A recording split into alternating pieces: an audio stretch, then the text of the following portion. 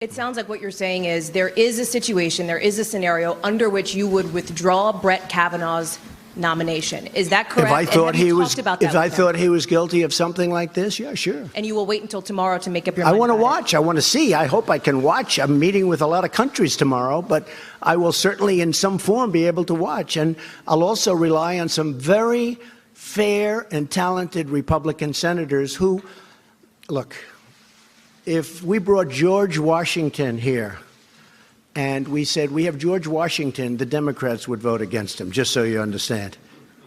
And he may have had a bad past. Who knows? You know, he may have had some, I think, accusations made. Didn't he have a couple of things in his past?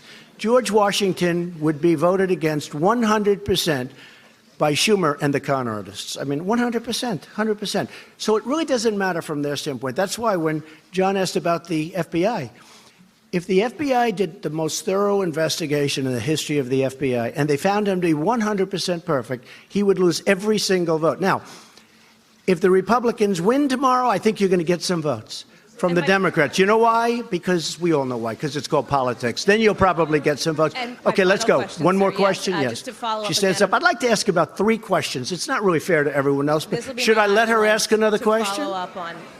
Go ahead.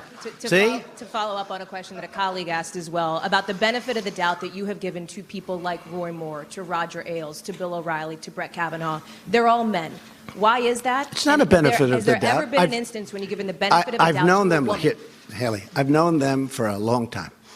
And a lot of these people, a lot of people. And some I've been disappointed with. I have been disappointed with some. Others, you know, there are charges that are pretty weak. But I've known people for a long time. I never saw them do anything wrong. I never saw them do anything wrong. And there are some that probably I agree. I can tell you there are some that I've been watching for a long time. And in a couple of cases, they weren't Republicans. In a lot of cases, they were not. They were exactly the opposite. But I've been watching them for a long time. And I knew for a long time these were not good people, and they were never brought up.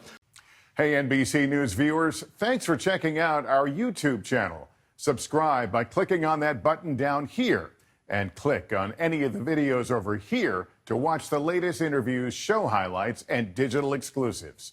Thanks for watching.